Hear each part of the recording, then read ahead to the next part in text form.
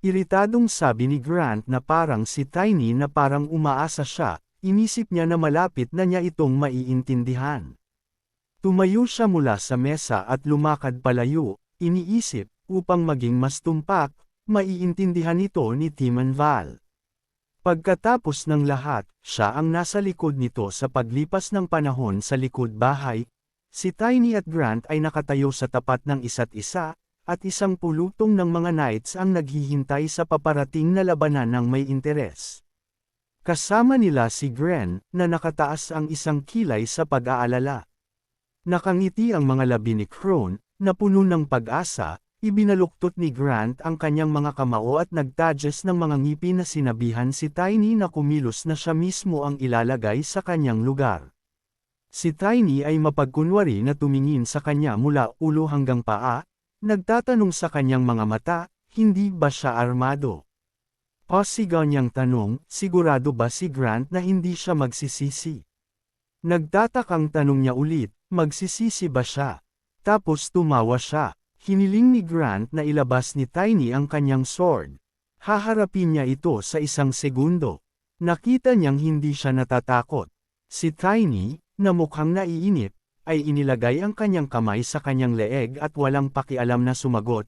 Dahil siya mismo ang nagtanong kaya't si Tiny, kasama ang kanyang mga kamay sa kanyang mga bulsa ng shorts, ay sumipa sa hangin, nagpadala ng isang stream ng mana sa kanang binti ni Grant. Nanginginig siya at nabalot ng pawis, nakaramdam ng sakit. Tumangala siya at napaungol sa sakit sa pamamagitan ng nagngangalit na mga ngipin. Naikuyong ni Grant ang kanyang kamao sa galit na sigaw na si Tiny ay isang freak. Ikinumpas niya ang kamay niya at hinampas siya. Yumuko si Tiny sa isang tuhod at iniwasan ang pag-atake. Siya channeled isang stream ng mana sa kanyang binti at swing upang hampasin. Isang malakas na pag-atake ang natama ni Tiny sa kaliwang binti ni Grant, dahilan para mabaluktot ang kanyang binti. Inis na inilibot niya ang kanyang mga mata at napaungol. Isip niyang tanong sa sarili, ano ba talaga ang level 1 niya, pula ang binti niya at pumipintig sa sakit. Bumaba ang tingin ni Grant, tumingin sa kanyang baldado na mga binti at galit na nagmura. Kumunot ang noo niya at inisip na hindi siya matatalo ng ganito. Nagtataka namang tumingin sa kanya si Tiny at naisip na hindi siya simple. Itinaas ni Grant ang kanyang magkahawak na mga kamay sa itaas ng kanyang ulo, at kumikislap na may galit, sumigaw na si Tiny ay isang freak. Ibinaba niya ang kanyang mga braso, balak niyang hampasin si Tiny sa ulo, ngunit mabilis siyang nadulas sa pagitan ng kanyang mga hita. Tumalikod si Tiny at nagpadala ng isang stream ng mana sa kanyang mga kamay. Tumingin si Grant ng maingat sa kanyang balikat.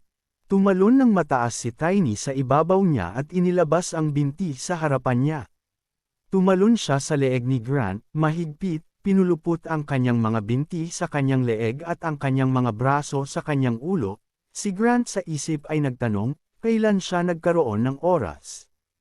Idiniin ni Tiny ang dalawang kamay na kumikinang na asul na may mana sa kanyang ulo, at sinabi sa kanya na huwag matakot. Hindi niya siya papatayin. Nagdasal si Grant sa isip na huwag niyang gawin ito sa bughaw na kalangitan, kung saan lumipad ang isang kawan ng mga itim na ibon. Narinig din ang pag-crunch ng cervical vertebrae na inaalis ng alikabok ni Tiny ang kanyang mga kamay at sinabing wala ito para sa kanya. Nakahiga si Grant nang hindi gumagalaw sa lupa sa harap niya na may puting usok na tumataas pataas. Nagulat ang mga taong nanunood sa labanan. Nagtatakang tanong ni Grant, anong nangyari ngayon? Natalo si Grant sa bata. Nagtinginan ang mga tao kay Tiny sa takot. Tumingin siya sa harapan, nakasalubong ng tingin ni Crone. Mabilis na lumingon si Crone sa kabilang direksyon. Si Tiny, na sadyang tinalo si Grant sa harap ng lahat ng hindi umaasa sa lakas ng Lunar Wolf, siya ay tumingin ng mapanukso habang dinadala ng mga knight ang walang magawa na si Grant, at naisip na hindi lahat ay magagawa ito. Ngayon si Timon Val ay hindi maglalakas loob na itaboy siya. Ibig sabihin ay malaki ang posibilidad na magtagumpay ang kanyang pakikipagsapalaran. Excited na nanlaki ang mata ni Tiny. Tumingin siya sa harapan at hindi may tutok ang kanyang mga mata. Malabo ang lahat sa paligid. Nagsimulang tumalikod si Tiny na pagod na pagod. Nawalan siya ng balanse at nagsimulang mahulog sa pag-aakalang inaasahan na ito. Excited na tanong ni Tiny, sumobra ba siya? Naalala niya kung paano niya pinisil ang ulo ni Grant gamit ang kanyang mga kamay at ginamit si Mana. Naisip ni Tiny na walang ibang paraan. Ito ang tanging paraan upang malampasan ang pagkakaiba sa pagitan ng kanilang mga antas ay kailangang gumamit ng mana. Nang mahuli siya nito, nabawi ni Tiny ang kanyang balanse at nanatili sa kanyang mga paa. Naisip niya na sa kanyang nakaraang buhay ay mahirap para sa kanya, pagkatapos ay ang pisikal na pagbawi ng manyawal ay naganap ng mas mabilis. Ngunit may mga sitwasyon kung kailan ito bumagal. Ngayon na ang katawan ng mana ay ganap na nakipag-isa sa kanyang katawan, hindi ito mangyayari. Tumayo ng tuwid si Tiny, ipinatong ang kanyang mga kamay sa kanyang balakang at masayang ngumiti. Ipinikit ang kanyang mga mata. Tumingin siya sa kanyang kamay, kumikinang kay Mana, na may ngiti, at sinabing kahit ang karagdagang pagsasanay ay mas madali. Tiningnan ni Tiny ang kanyang kamao at napagpasyahan na maaari siyang maging mas malakas kaysa sa dati. Maya-maya, may butler na may hawak na bote at mga katulong na naglalakad sa koridor na may dalang pagkain, tama pala ang hula ni Tiny. Si Timon Val talaga ang nasa likod ng nangyari. Nakaupo siya sa maluwag na dining room sa isang malaking mesa kung saan maingat na naglalagay ng mga pinggan ng pagkain ang mga katulong. Inamin ni Timon Val na minamaliit niya siya. Sa harap niya, nakatayo sa isang tuhod at nakayuko ng may paggalang, tumayo si Tiny. Nagpasalamat siya kay Timon Val sa kanyang tiwala at sa paglalagay sa kanya sa pagsubok. Umupo si Tiny sa mesa at tumingin sa plato na may laman na inaabot sa kanya ng katulong, nakita ang interes sa kanyang mga tingin, nakangiting sabi ni Timon Val na ang steak na ito ay gawa sa veal, na may hawak na smoke pipe in kanyang ngipin. Dagdag pa niya, marami pa ring ulam na hinayaan siyang kumain ng busog. Si Tiny, masayang ngumiti at sinabing ito ay sagana para sa almusal. Itinabi ni Timon Val ang kanyang smoke pipe, tumingin sa kanya ng masaya at sinabing kakaiba ito. Tila sa kanya na ang kanyang superhuman strength, na kayang itapon ang isang knight ay dahil sa isang magandang gana. Si Tiny, may hawak na kubyertos sa magkabilang kamay. Masayang ipinaliwanag na siya ay naging masyadong pabaya. Napansin ni Timon Val na mahinhin siya. Inaasahan niyang makita kung ano siya sa hinaharap.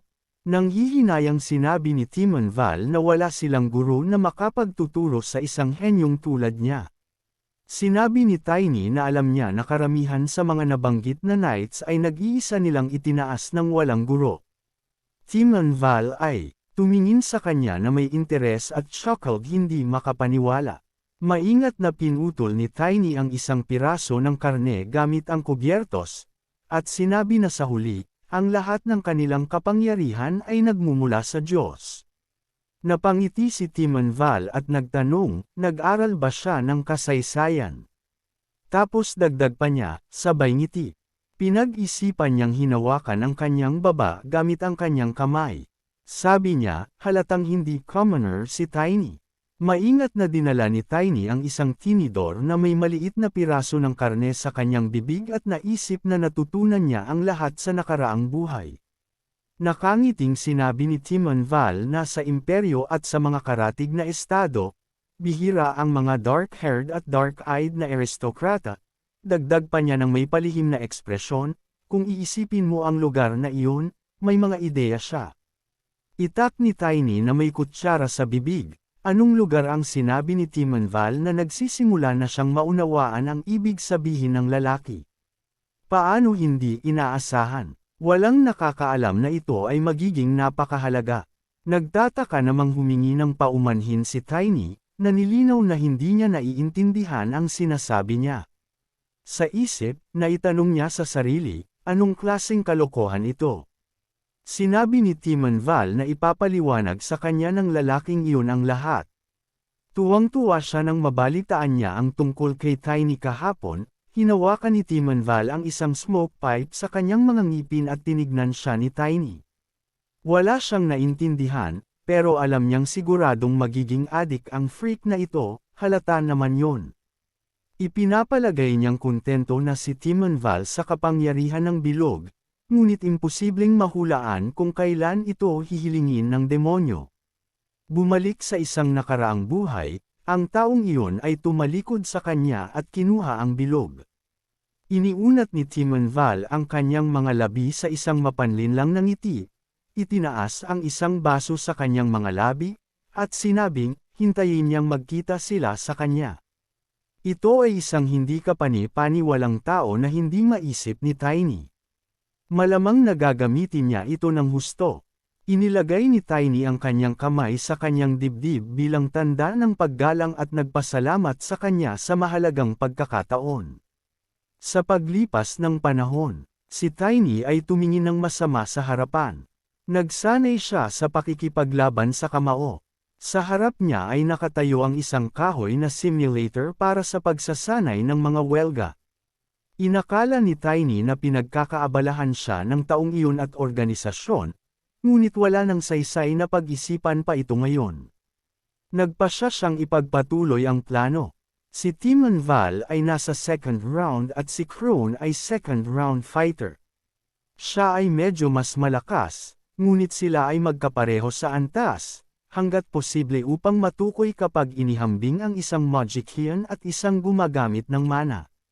Si Tiny, pawis na pawis, ay nag-push up at naisip na ito ay tiyak na makamit ang pangalawang yugto sa kanyang nakaraang buhay na ginugol niya ng maraming oras ngayon ay magiging mas madali. Siguradong makakarating siya doon. Nakaramdam siya ng pagod mula sa pag-eehersisyo, huminga siya at pumutok, ngunit nagpatuloy sa pagsasanay. Nagpasya si Tiny na sapat na ang 6 na araw. Pagkaraan ng 3 araw sa training ground, si Tiny, na kumikinang kay Mana, ay tumingin sa kanyang mga kamao at masayang inisip na ang kanyang katawan ay maliit pa, ngunit siya ay naging mas malakas. Nasira at nabasag ang mga wood punching machine.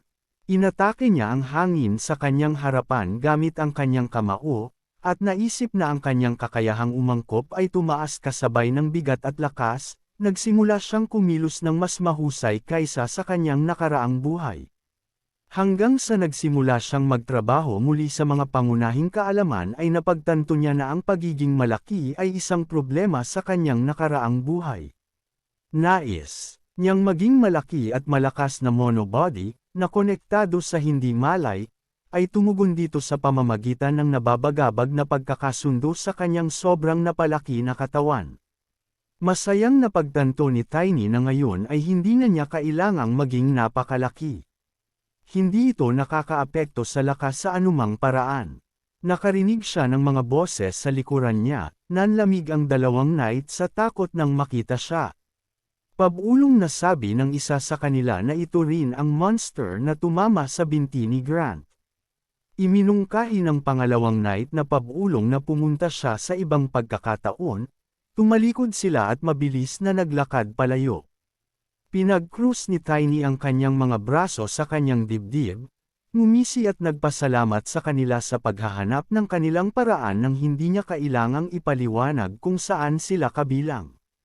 Nagpatuloy si Tiny sa pagsasanay at kumain ng marami. Kaya pagkatapos ng 3 araw, nawalan ng interes ang lahat sa kanya. Napansin ni Tiny na naglalakad si Crone papunta sa kanya. Alam niyang makikita siya doon. Nagtataka namang tumingin sa kanya si Tiny at nagtanong, anong meron? Inutusan siya ni Crone na sumunod sa kanya. Tumalikod siya at naglakad pasulong, idinagdag sa kanyang balikat na inutusan siya ni Timanval na armado. Napatingin si Tiny sa kanyang sword na nakasabit sa baywang ni Crone. Masaya niyang inisip na oras na.